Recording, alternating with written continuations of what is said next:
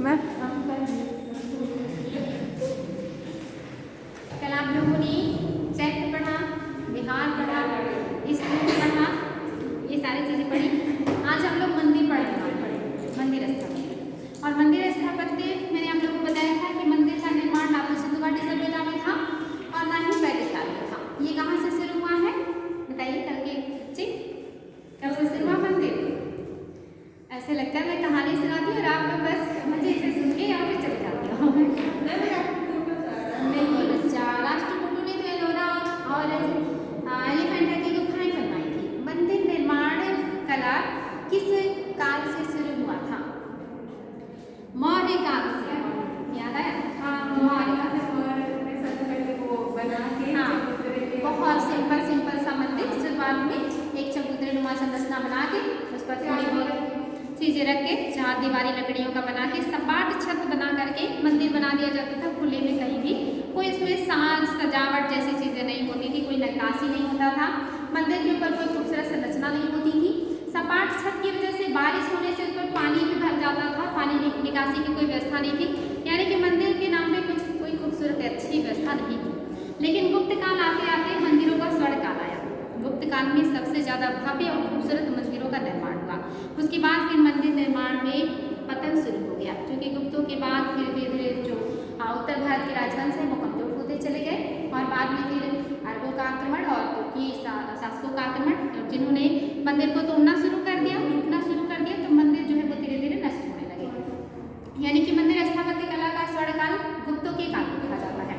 हालांकि प्राचीन काल में स्वर्णकाल गुप्तों को ही कहा जाता है और स्थापत्य, मूर्तियां और सांस्कृतिक क्षेत्र में ही गुप्तों को जो है स्वर्णकाल का दर्जा दिया जाता है, क्योंकि इन्हीं के समय में सबसे ज्यादा जो है किताबें लिखी गई हैं। और गुप्तों के काल में आप जानते हैं 9 रत्न थे चंद्रगुप्त द्वितीय के दरबार में, जो अपने आप में काफी महत्वपूर्ण स्थान रखते थे और उन्होंने अपने अपने क्षेत्रों में एक विशेषज्ञता हासिल कर रखी थी।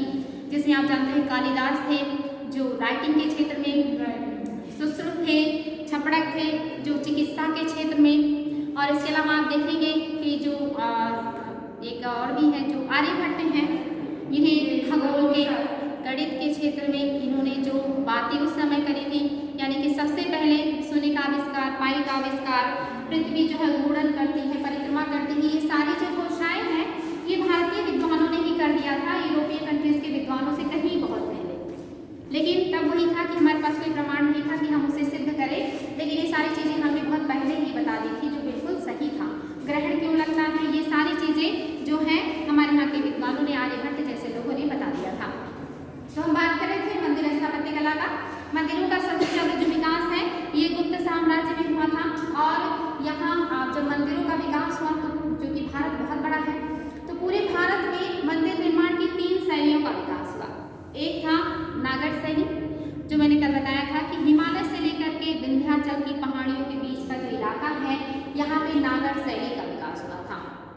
विंध्याचल पर्वत से लेकर के कृष्णा नदी के बीच जिन शैली का विकास हुआ इसको बेसर शैली कहा गया, और कृष्णा नदी से लेकर के कन्याकुमारी के इलाके में जिन मंदिरों का विकास हुआ इसको द्रविड़ शैली कहा गया। इसको ऐसे भी याद कर सकते हैं कि द्रविड़ शैली दक्षिण में विकसित हुआ, नागर शैली नॉर्थ में और बेसर शैली बीच में। जो नागर शैली है ये लगभग आधे भारत में विकसित है, जो कि विंध्याचल मध्य प्रदेश में है। मध्य प्रदेश, उड़ीसा, गुजरात, राजस्थान, उत्तर प्रदेश से लेकर के कश्मीर तक का जो इलाका है ये नागर शैली का है, और ये बहुत सारे इलाके में होने की वजह से इसमें से बहुत सारी उप शैलियों का विकास हो गया। उड़िया शैली, फिर आपकी खजुराहो शैली, फिर आपके जो है गुजरात शैली, ऐसे ही जो है कश्मीरी उप शैली, बहुत सारी नागर शैली से उप शैलियों का भी विकास हो गया। जो आपका बीच का इलाका था बेसर शैली, इसमें जो महत्वपूर्ण योगदान दिया है उसमें है चालुक्य जो कि महाराष्ट्र के हैं, राष्ट्रकूट, इन शासकों ने जो है बेसर शैली के विकास में महत्वपूर्ण योगदान दिया था। और जो आपका द्रविड़ शैली है ये पल्लव ने और जो चोल साम्राज्य के राजा हैं इन लोगों ने इसके विकास में ज़्यादा योगदान दिया था, जिसमें जो चोल हैं इन्होंने सबसे ज़्यादा द्रविड़ शैली के मंदिरों का निर्माण किया था। तो एग्जाम में आता है कि द्रविड़ शैली के विकास में सबसे ज़्यादा योगदान किस राजवंश का है, चोल का है। बेसर शैली के विकास में सबसे ज़्यादा योगदान किसका है, चालुक्य और राष्ट्रकूट का है। और नागर शैली के मंदिरों के विकास में सबसे ज़्यादा योगदान गुप्तों का है।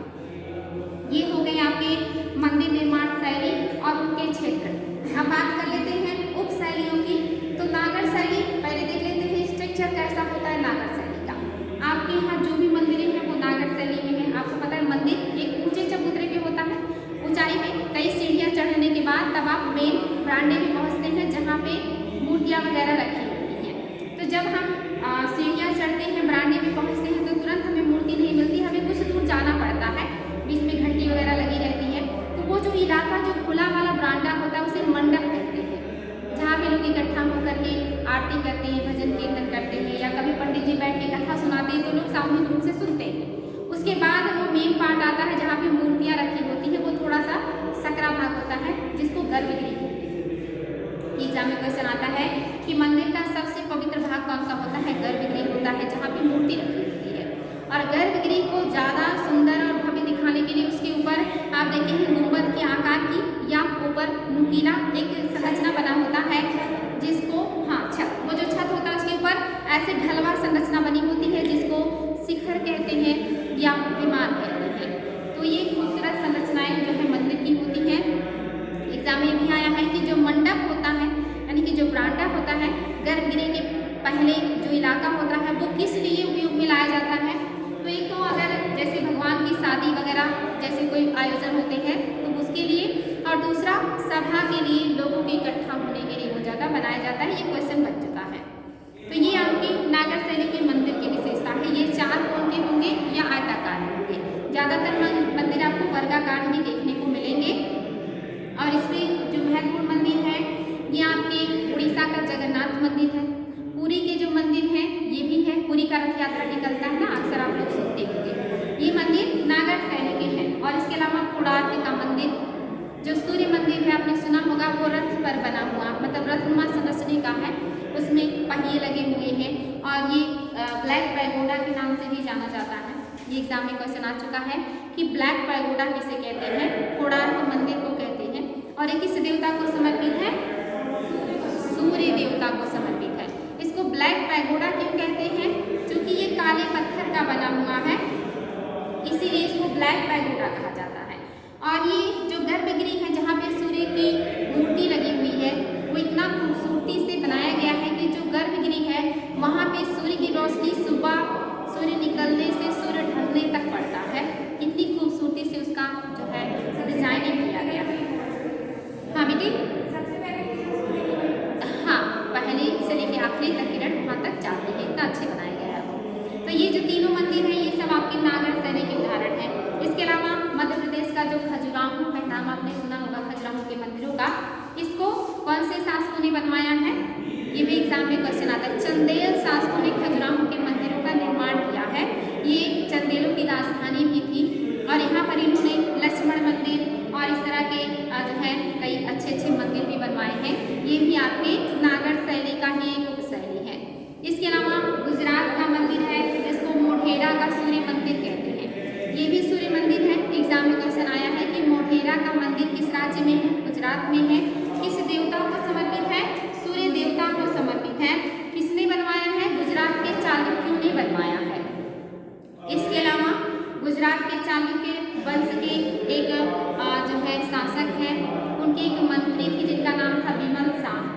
विमल शाह ने माउंट आबू पर्वत पर, माउंट आबू आपको पता होना चाहिए अरावली पहाड़ियों में है पर्वत, माउंट आबू काफ़ी खूबसूरत जगह है और अरावली आप जानते हैं राजस्थान में है। तो राजस्थान की जो माउंट आबू पहाड़ियाँ हैं उस पर विमल बसाही मंदिर बना है और ये संगमरमर का है और ये जैन धर्म को समर्पित है। ये एक स्टेटमेंट एग्जाम में आ चुका है कि विमल बसाही मंदिर किसने बनवाया है, विमल शाह ने। किस धर्म को समर्पित है, जैन धर्म को समर्पित है। किस पत्थर से बना है, संगमरमर पत्थर से बना है और कहाँ पे है, माउंट आबू में। ये सारे क्वेश्चन आ चुके हैं और ये किस राज्य में है, राजस्थान में है। ये भी आपके नागर शैली का ही उदाहरण है। इसके अलावा गुप्तकालीन कुछ मंदिर हैं जैसे कि घुमरा का शिव मंदिर मध्य प्रदेश में है। नचना कुठार का पार्वती मंदिर ये भी मध्य प्रदेश में है। भीतर गांव का मंदिर ये भी एग्जाम में आया है कि भीतर गांव का मंदिर कहाँ है, कानपुर में है और इसकी विशेषता है कि ये ईंट का बना हुआ है। सिरपुर और आपका भीतर गांव का मंदिर ये 2 मंदिर ऐसे हैं जो ईंट के बने हैं, बाकी जो मंदिर हैं वो पत्थर के बनाए गए हैं। इसीलिए एग्जाम में आ चुका है कि इनमें से कौन से वो मंदिर हैं जो ईंटों से बने हुए हैं। तो आपका भीतर गांव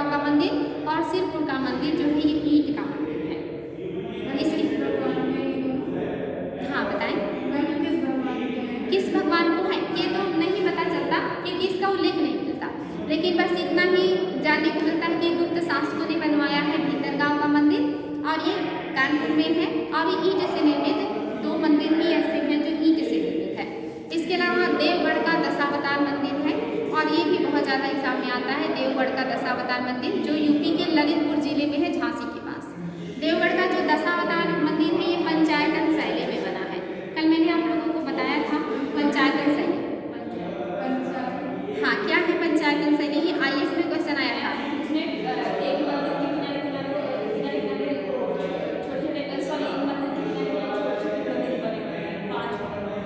पांच बने होते हैं।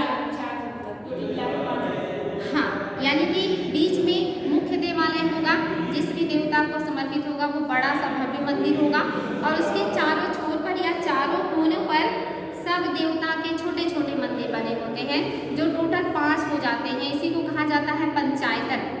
और ये IAS में क्वेश्चन बना था कि पंचायतन शैली क्या है, तो वहाँ पे दे दिया था कि ग्राम पंचायतों का एक प्रकार है या इस टाइप से जो है ऑप्शन था, जहाँ पे मोस्टली बच्चों ने गलत किया।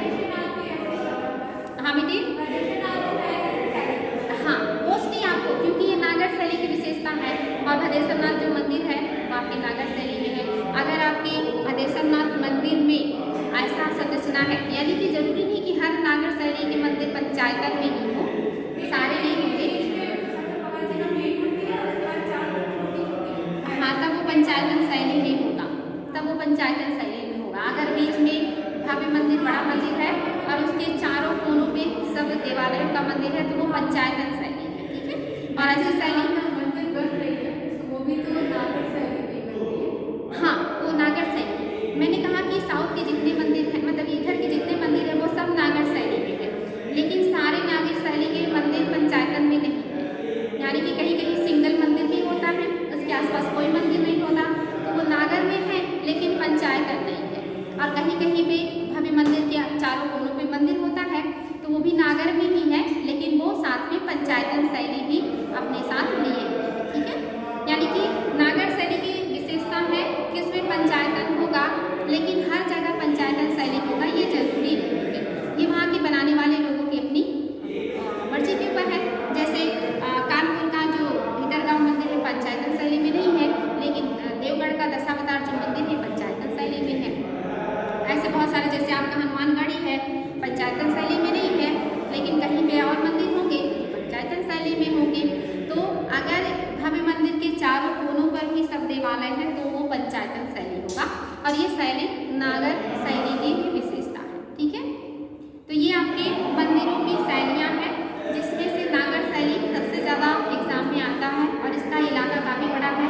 तो जैसे एग्जाम में क्वेश्चन कैसे बनेगा कि जो देवगढ़ का दशावतार मंदिर है ये किस शैली में बना है, नागर शैली में, या जो खजुराहो का पुरी मंदिर है या जगन्नाथ मंदिर है, उड़ीसा का जो पुरी मंदिर है वो किस शैली का है, या कोणार्क मंदिर किस शैली में आता है, या खजुराहो के जो मंदिर है वो किस शैली के उदाहरण है। ये ऐसे क्वेश्चन बनते हैं। तो ऑप्शन में नागर शैली और पंचायत शैली जो है एक साथ आएगा नहीं, वहाँ पे द्रविड़ होगा, नागर होगा, बेसर होगा, ये ऑप्शन में होंगे। उपरोक्त सभी का होगा या इनमें से कोई नहीं का ऑप्शन होगा, इस टाइप से ऑप्शन होगा। हाँ, देवगढ़ का दशावतार मंदिर है और वहाँ पे नागर और पंचायतन बोथ दिया है तो दोनों सही हो जाएगा, अन्यथा सिर्फ आप लोग पहले नागर को ही सही करेंगे, क्योंकि ये मतलब ऐसे पूछता है कि पंचायतन शैली क्या है, तो ऑप्शन में देगा मूर्तियाँ बनाने की एक जो है कला है, चित्रकला बनाने की एक कला है, मंदिर निर्माण की एक शैली है, इस टाइप से ऑप्शन में रहेगा। वहाँ पे नागर, द्रविड़ और बेसर नहीं होगा। और जब इस तरह से मंदिर पूछेगा ये मंदिर किस शैली में है, मतलब 2 अलग-अलग ऑप्शन। हाँ, ऐसा नहीं होगा, जैसे कोई मंदिर देगा तो वहाँ पे द्रविड़, बेसर और नागर देगा, वहाँ पे पंचायतन नहीं देगा। पंचायतन इंडिविजुअल क्वेश्चन बनेगा तो वहाँ पे आपको बताना होगा कि ये मंदिर निर्माण की एक कला है। ये नहीं पूछेगा कि कौन कौन से मंदिर है जो पंचायतन में बने, ये तो बहुत हार्ड हो जाएगा। लेकिन बृहदेश्वर मंदिर काफ़ी भव्य है तो उसको बता देता है कि पंचायतन शैली का एक अच्छा उदाहरण है। ठीक है, और साथ ही आपका जब द्रविड़ की बात करेंगे तो द्रविड़ में आपका केरल का इलाका आता है, कर्नाटक का दक्षिणी इलाका, आंध्र प्रदेश का दक्षिणी इलाका और तमिलनाडु। नीचे के 2 राज्य पूरी तरह से आ जाएंगे, कर्नाटक और आंध्रा का दक्षिणी छोड़ा जाएगा, ये आपके द्रविड़ शैली होंगे। और इसमें ज़्यादातर चोलों द्वारा निर्मित जो मंदिर है वही आता है, जिसमें बृहदेश्वर का मंदिर आ जाता है जो राजराज प्रथम ने बनवाया है। ऐसे ही राजराजेश्वर का मंदिर पूछ लेता है, तो इससे पता चल जाता है कि बिल्कुल साउथ के हैं तो ये द्रविड़ के हैं। द्रविड़ के जो मंदिर होते हैं ये अष्टभुजीय होते हैं और इनका जो आकार होता है ये पिरामिड के आकार का होता है, बिल्कुल खड़ी ढाल वाला। इस तरह से जैसे पिरामिड आप देखते हैं बिल्कुल खड़ी ढाल वाले होते हैं, ऐसे 3 फुट टाइप के, ऐसे वो ऊपर खड़ी ढाल का होता है और नीचे जो होता है ये अष्टकोणीय होता है, ये इसकी विशेषता है। यहाँ पर भी ऐसे ही होता है कि ऊंची जगती या कि ये ब्रांडे में मंदिर बना होगा, मंडप होगा, मंडप के बाद गर्भगृह होगा, गर्भगृह के ऊपर जो है ऊंचा संरचना बना होगा जिसको विमान या शिखर कहते हैं। यही संरचना होता है। विशेषता पर से बना है ये अष्टकोणीय होंगी और पिरामिड के आकार की होंगी। और आपका जो नागर है ये आपका चतुर्भुजकार होगा या आयताकार होगा और ये जो है ये थोड़ी गोल संरचना की होता है। और जो आपका बेसर शैली है ये अर्धगोलाकार या गोलाकार संरचना में बना होता है, जो आपका बीच वाला होता है। इसमें दोनों की क्वालिटी पाई जाती है, यानी कि नागर की भी पाई जाती है और बेसर की भी पाई जाती है। ये अर्धगोलाकार या गोलाकार संरचना में मंदिर बने होते हैं और ये मंदिर आपके महाराष्ट्र में, कर्नाटक का उत्तरी इलाका और आंध्रा का उत्तरी इलाका जो आपके द्रविड़ और नागर से बच जाते हैं उस इलाके में इन मंदिरों का विकास हुआ है। जहाँ पे यहोल मंदिर है, जहाँ से एग्जाम में क्वेश्चन बनता है, यहोल मंदिर या चालुक्यों द्वारा निर्मित कुछ बहुत खास मंदिर नहीं है इनके। ज़्यादातर जो मंदिर हैं वो नागर के ही पूछे जाते हैं या फिर द्रविड़ के पूछे जाते हैं।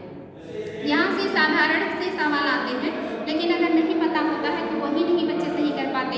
उन्हें लगता है समझ में नहीं आता कि कौन सा मंदिर नागर में है, कौन बेसर में है, कौन द्रविड़ में है, या किस वंश ने कौन से शैली के विकास में योगदान दिया है, या कौन से शैली की क्या खास विशेषताएं हैं। ये सारी चीज़ें कल हम लोगों ने जो है चैत्य के बारे में देखा था और हमने बिहार में देखा था। कल स्तूप के बारे में भी डिस्कस किया था, जिसमें से मैंने आप लोगों को कुछ स्तूप के बारे में बताया था। क्या याद है कि कल मैंने किन स्तूपों का डिस्कशन किया था?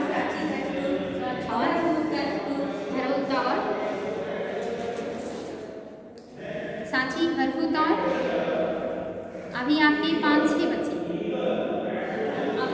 अमरावती था और नागार्जुन था।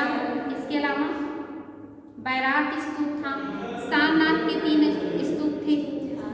और मैंने आपको बताया था कि स्तूपों के प्रकार होते हैं। कितने प्रकार मैंने बताए थे कल? 4 प्रकार। कौन कौन से?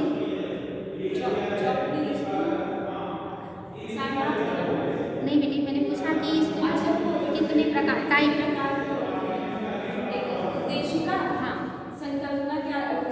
हाँ संकल्पित, हाँ, और पारभौतिक। ये भी 4 प्रकार मैंने बताए थे और 4 प्रकार की विशेषताएं भी बताई थी कि 4 तरह के स्तूप बनते हैं। स्तूप की जो है संरचना भी मैंने बताया था कि स्तूप में जो है धातु मंजूषा होता है। क्या होता है धातु मंजूषा? धातु मंजूषा किसे कहते हैं? बोल गया? हाँ बताएं। सही।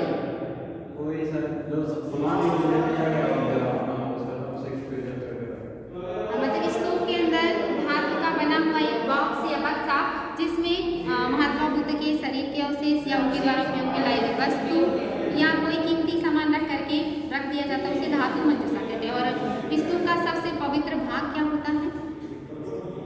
मैंने कहा था बहुत इंपॉर्टेंट एग्जाम में आता है। कहाँ पे होता है? स्तूप के ऊपर। जैसे मंदिरों के ऊपर कलश नुमा संरचना बनता है, ऐसे हर्मिका भी बनता है। और वेदिका किसे कहते हैं? जो उसकी दीवारें होती हैं। हाँ, जो 4 दीवारें होती है उसको वेदिका कहते हैं या उसको रेलिंग भी कहते हैं। और प्रदक्षिणा पथ, हाँ, जिस रास्ते से हम स्तूप के चारों तरफ परिक्रमा करते हैं उसको प्रदक्षिणा पथ कहते हैं। तोरण किसे कहते हैं? हाँ, एंट्री का जो गेट होता है, जो द्वार होता है उसी को तोरण कहते हैं। तो सांची के स्तूप की क्या विशेषताएं हैं बताइए? कहाँ है, किसने बनवाया, क्या खास बातें हैं जो एग्जाम में बनते हैं? अशोक ने बनवाया है, एमपी में है। और क्या बात है इसके बारे में जो खास है? मैंने बताया भी था कि IAS में भी क्वेश्चन आया था ये।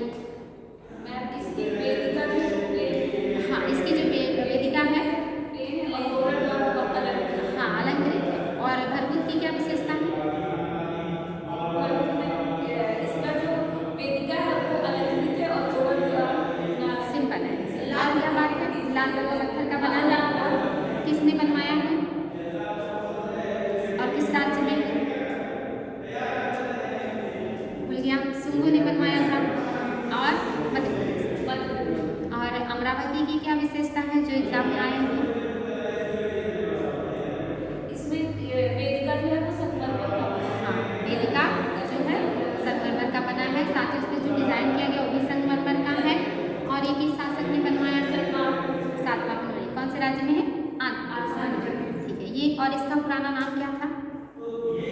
धान्य घाटी। हाँ, ये सारी चीजें। और चैत्य और बिहार में क्या अंतर होता है? चैत्य और बिहार में क्या अंतर है? चैत्य जो है ये बौद्ध धर्म का क्या है? मंदिर है, पूजा गृह है। और जो बिहार है वहाँ पे जो आप लोग वीडियो को जरूर एक दो बार सुन लिया कीजिए। अगर यहाँ पे नहीं मिलता है तो जो MCSE के उस पर रहता है उसको सुन लिया कीजिए, वहाँ पे थोड़ा वॉइस वगैरह क्लियर आता है। हाँ, जो हम आप ग्रुप में हैं, हाँ, तो जो शेयर किया जाता है ना उसको सुन लिया कीजिए। उसमें सारे इंपॉर्टेंट पॉइंट्स को मैं जरूर डिस्कस कर देती हूँ। अगर एक दो यहाँ छूट जाता है तो मैं वहाँ बता देती हूँ, वहाँ छूट जाता है तो नहीं। दोनों का अगर आप लोग सुन लेंगे ना तो आप लोगों का लगभग आर्ट एंड कल्चर से शायद ही कोई क्वेश्चन सुने, क्योंकि 100% की गारंटी तो दुनिया में कोई नहीं ले सकता, क्योंकि इतने तथ्य होते हैं वो तो सर्च करते आदमी जीवन खत्म हो जाता है, सारा पॉइंट से कोई नहीं ढूंढ सकता, लेकिन मैक्सिमम 60% तक तो आप लोग कर सकते हैं। तो इतना हम लोगों ने देखा था। हम लोगों ने कल जो है स्तूप को देखा था, चैत्य को देखा था, बिहार को देखा था। आज हम लोगों ने मंदिर को देखा है, जिसमें मंदिर की हमने 3 शैलियाँ देखी हैं और ये शैलियाँ अपने आप में काफ़ी इंपॉर्टेंट है। हाँ, इसके अलावा हमने कल गुफा भी देखा था। हाँ, गुफाओं में हमने अजंता, एलोरा और एलिफेंटा की गुफाएं, बाघ की गुफाएं, ये गुफाएं देखी थी जो ज़्यादा एग्जाम में आती हैं। तो आप बताएंगे कि अजंता की गुफा किसने बनवाया था और ये किस धर्म को समर्पित है और कितनी गुफाएं हैं? किसने बनवाया था? गुप्त शासकों ने बनवाया था। कौन से राज्य में है? महाराष्ट्र में। कितनी गुफाएं हैं? 29। इसमें से कितने चैत्य हैं? 5 और बाकी बिहार। ठीक है, नेक्स्ट जो है वो एलोरा है। किस धर्म को संबंधित है ये अजंता किस धर्म के लिए बनाई गई गुफाएं थी? बौद्ध। और एलोरा हाँ, टोटल कितनी गुफाएं हैं? 24। क्या बता सकते हैं कि कितनी से कितनी गुफा किस धर्म से? हाँ,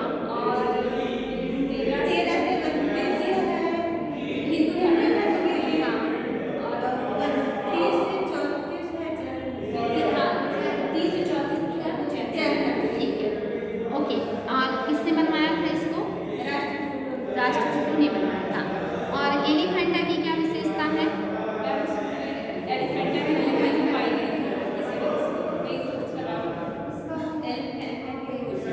ओके, है कहाँ पे ये है कहाँ पे? महाराष्ट्र में है। मुंबई से थोड़ा दूर मैंने बताया था कि एक द्वीप पर है ये एलिफेंटा की गुफाएं। ये है मुंबई से, मतलब ये समुद्र में है, मुंबई से दूर है, एक द्वीप पर है, ये टापू पर है एलिफेंटा की गुफाएं। यहाँ से एलिफेंट की मूर्ति मिली थी, इसीलिए इसको एलिफेंटा जो है गुफा कहा जाता है। बनवाया किसने था इसको? राष्ट्रकूटों ने। किस धर्म को समर्पित है? शैव धर्म। और कुछ गुफाएं यहाँ पे बौद्धों को भी समर्पित है, लेकिन ज़्यादातर जो है वो शैव को है। तो अगर एग्जाम में आए और ऑप्शन में सिर्फ शैव हो तो शैव को सही करेंगे, लेकिन अगर शैव के साथ बौद्ध भी हो तो दोनों को सही करेंगे। ठीक है, तो इसलिए इंपॉर्टेंट है किसने बनवाया, कहाँ है, किस धर्म को समर्पित है, ये सारे पॉइंट आप लोगों के लिए बहुत इंपॉर्टेंट है। इसके अलावा पाल काल की जो है कुछ स्थापत्य है। पाल शासकों में आप जानते हैं देवपाल, धर्मपाल, गोपाल ऐसे शासक हुआ करते थे। इन लोगों ने भी कुछ मंदिर और या कहिए कि विहार बनवाए हैं बौद्धों के लिए, जिसमें ओदंतपुरी विहार और विक्रमशिला का विहार जो है ये पाल शासकों ने बनवाया है। ओदंतपुरी और विक्रमशिला दोनों बहुत इंपॉर्टेंट है।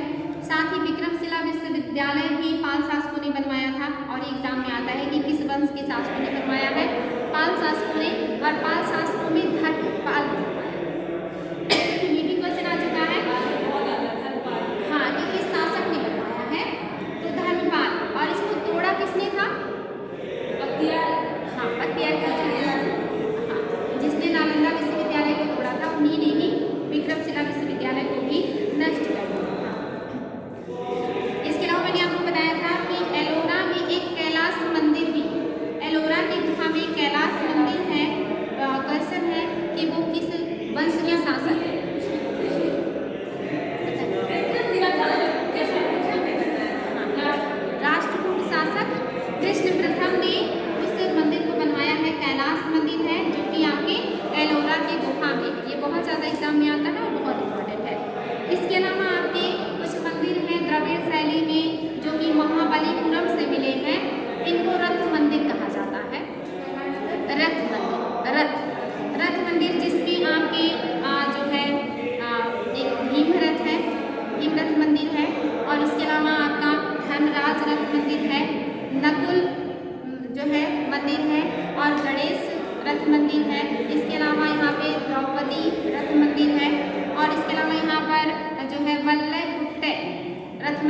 और पिंडार रथ मंदिर है।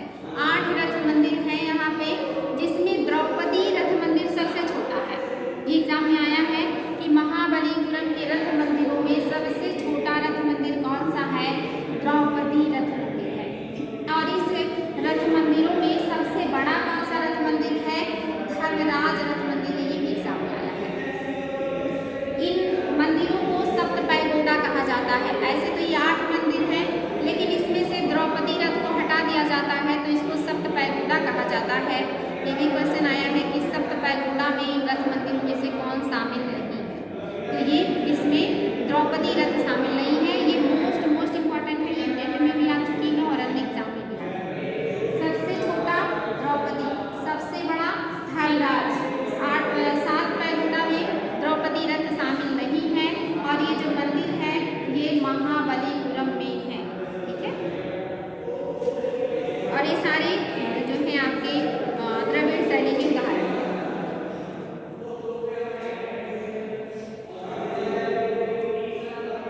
द्रविड़ शैली के जैसे मंदिर है, कैलाशनाथ मंदिर है, तमिलनाडु में है। इसके अलावा है आपका मुक्तेश्वर मंदिर, ये भी आपके द्रविड़ शैली का उदाहरण है। बृहदेश्वर मंदिर राजराज प्रथम ने बनवाया है, ये भी द्रविड़ शैली का उदाहरण है। राजराजेश्वर मंदिर ये आपका, ये भी क्या है जो है इसी का ही उदाहरण है। इसके अलावा पार्वती मंदिर भी है, तमिलनाडु का मीनाक्षी मंदिर है, एग्जाम में भी बहुत ज़्यादा आता है। ये भी आपका जो है द्रविड़ शैली का ही उदाहरण है।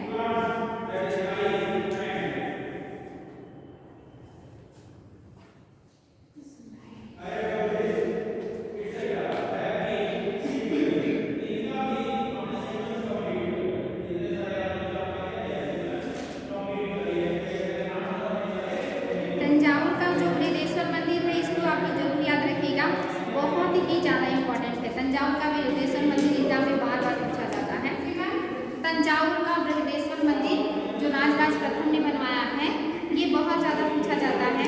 ये किसने बनवाया है? तंजौर का बृहदेश्वर मंदिर। तंजौर, हाँ तंजौर, या इसी को तंजावुर भी कहीं कहीं देखने को मिलता है। ये राजराज प्रथम ने यहाँ पे मंदिर बनवाया, बृहदेश्वर का मंदिर। और इस मंदिर की और खास विशेषता है कि इसके शीर्ष पर 80 टन वजनी एक पत्थर रखा हुआ है। एकदम शीर्ष पर 80 टन वजन का पत्थर रखा है इसके शीर्ष पर।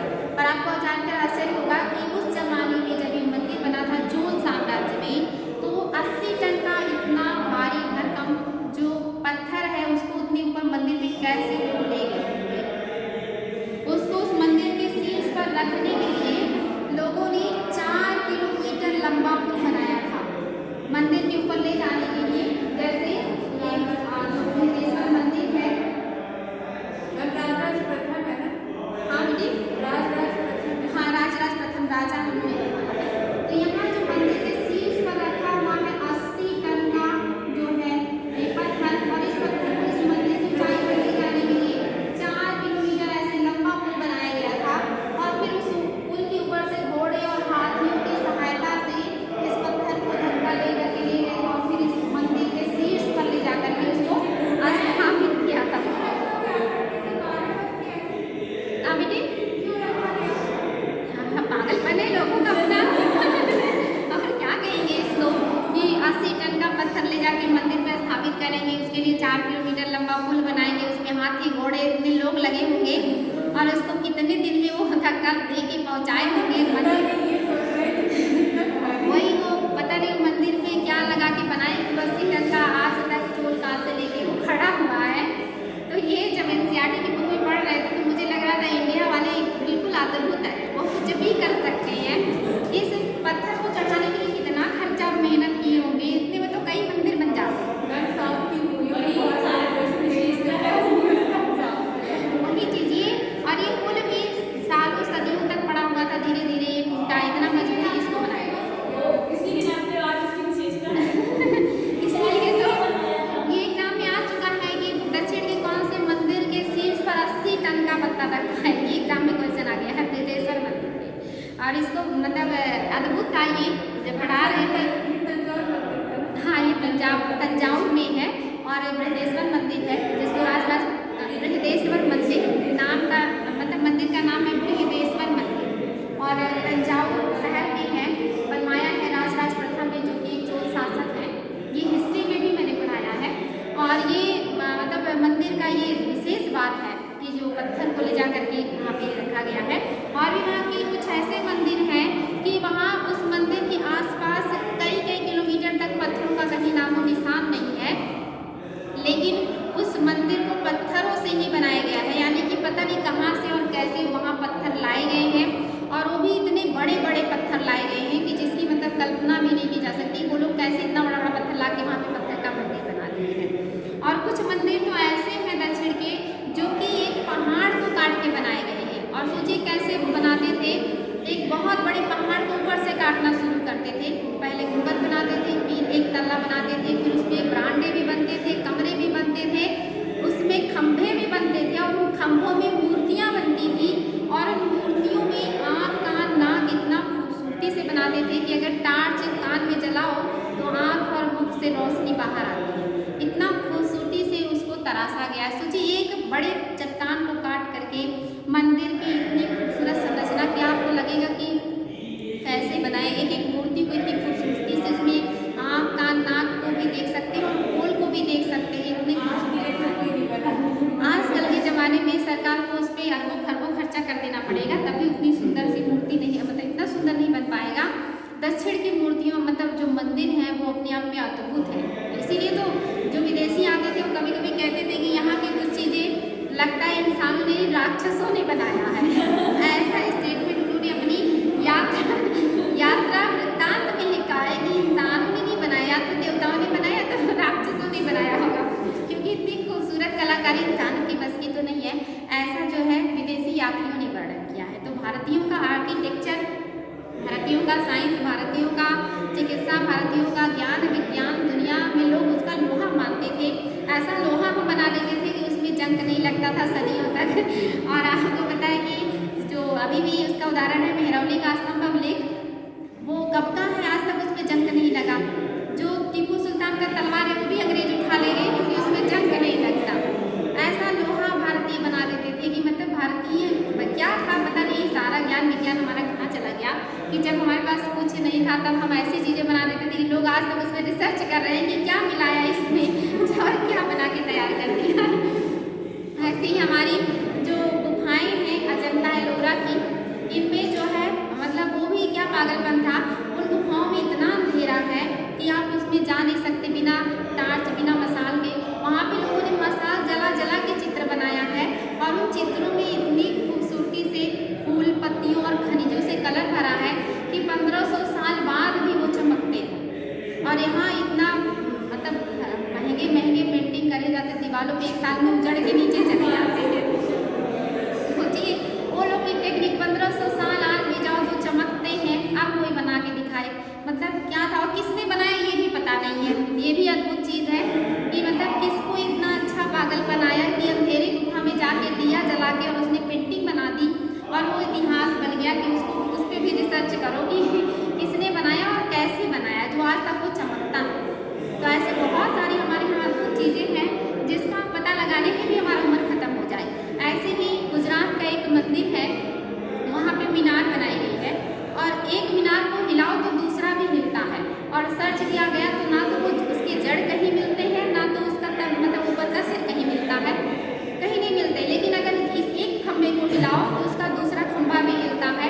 ये भारतीयों का साइंस था कि वो लोग मतलब क्या बनाते थे। अंग्रेज उस पर रिसर्च करते थक गए कि क्या है इसमें टेक्निक कि इसको हिलाते हैं तो वो भी हिलता है लेकिन गिरता भी नहीं है, वो हिलता है लेकिन गिरता भी नहीं है। ये भी एक अद्भुत टेक्निक है। ऐसे आपका जो आपकी जो अमरावती का स्तूप है, इसमें एक स्तंभ है, वो छत से लटका हुआ नीचे जमीन को नहीं छूता, लेकिन वो ऊपर से गिरता भी नहीं है, वो लटका ही है, उसको आयत स्तंभ कहते हैं। ऐसे बहुत सारी अद्भुत चीज़ें अगर आप घूमने निकलेंगे भारत में वो देखने को मिलेंगी। और सबसे बड़ी बात तो सिंधु घाटी सभ्यता भी, जो आज के सदियों पहले स्मार्ट सिटी बना के चले गए, जिस पर हम आप रिसर्च कर रहे हैं कि हमें भी ऐसी सिटी बनानी चाहिए और अभी तक नहीं बना पाए हैं। तो भारत ऐसा मतलब रहस्यों का भूमि है कि अगर कोई रिसर्च करने निकले तो हर एक जगह पे कुछ न कुछ ऐसा उन्होंने किया है कि हम वो आज नहीं कर पा रहे हैं। वो साइंस जब आर्यभट्ट ने तभी बता दिया कि पृथ्वी घूर्णन करती है। आज हम उपग्रह भेज के पता लगाते हैं कि पृथ्वी घूर्णन करती है, और उस समय उन्होंने ऐसे ही बता दिया था कि पृथ्वी घूर्णन करती है। तो ऐसा नहीं है कि आज हमारी टेक्नोलॉजी बहुत आगे है, हमारे पूर्वजों का टेक्नोलॉजी अच्छा नहीं था, वो आंखें बंद करके ही देख लेते थे और जो हम आप सैटेलाइट लगा के देखते हैं तो वो भी एक ज्ञान था जो हम लोग कहते हैं, और वो भी एक अद्भुत सा ज्ञान था जो वो हर चीज़ से जान लेते थे। तो ऐसा नहीं है कि आज हमारे पास साइंस है, आज हमें टेक्नोलॉजी के बारे में पता है, उनकी टेक्नोलॉजी के आगे हमारी टेक्नोलॉजी आज भी फेल है। इतना सब कुछ जानने के बाद जब उसको गूढ़ता से पढ़िए, जो सुश्रुत चरक, इन सबका नाम आप लोगों ने सुना होगा। चरक ने ऐसी औषधियाँ, ऐसी चीज़ें रिसर्च करके बनाई थी कि अगर वो होती तो आज दुनिया में ऐसा कोई बीमारी नहीं जिसका इलाज नहीं हो सकता था। जो सुश्रुत थे उसी समय वो ऑपरेशन करते थे, गठिया का ऑपरेशन और जो है इस तरह की जो बीमारियां होती थी उसका ऑपरेशन वो करना जानते थे। शल्य चिकित्सा के बारे में उन्हें पता था। सिंधु घाटी सभ्यता में आपने देखा था कालीबंगा से भी दिमाग यानी कि सिर के ऑपरेशन का साक्ष्य मिला है, शल्य चिकित्सा का साक्ष्य मिला है। तो उस समय के लोगों को भी इस तरह की जानकारी हुआ करती थी। तो ऐसा नहीं है कि आज हम बहुत आगे हैं, आज हमारे पास जो टेक्नोलॉजी है हम उससे अपनी बातों को सिद्ध कर देते हैं, लेकिन पहले के लोगों को भी ज्ञान था, वो बस सिद्ध नहीं कर पाते थे। बस इतना ही फर्क है और कोई बहुत ज़्यादा फर्क देखने को नहीं मिलता। आज हमारे पास टेक्नोलॉजी है कि हम उड़ के चंद्रमा पे जा सकते हैं, लेकिन पहले यही नहीं था कि हम उड़ के वहाँ पहुँच जाएँ, लेकिन पता चल जाता था कि हाँ चंद्रमा पे क्या है और हमारे आसपास जो ग्रह हैं उनकी गति वगैरह पहले के लोग भी जानते थे। तो ये सारी चीज़ें हैं, और इसके अलावा आपकी क्या बची हैं, कुछ खास नहीं है। कल हम देखेंगे कुछ और भी चीज़ें। कल हम देखेंगे जो है इस्लाम धर्म से संबंधित जो भी उनके द्वारा लाई गई भारत में कला है, यानी कि भारतीय कला को, और साथ ही भारतीय कला पर जो विदेशी कला का हमारे ऊपर असर पड़ा है, उनके द्वारा भारत में क्या नई चीज़ें लाई गई थी वो भी हम कल देखेंगे, और इनके बारे में जो खास चीज़ें होंगी, जो महत्वपूर्ण स्थापत्य हैं, उनके बारे में डिस्कस करेंगे। आज की चीज़ों को अच्छे से ध्यान दीजिएगा और रिविजन कर लीजिएगा।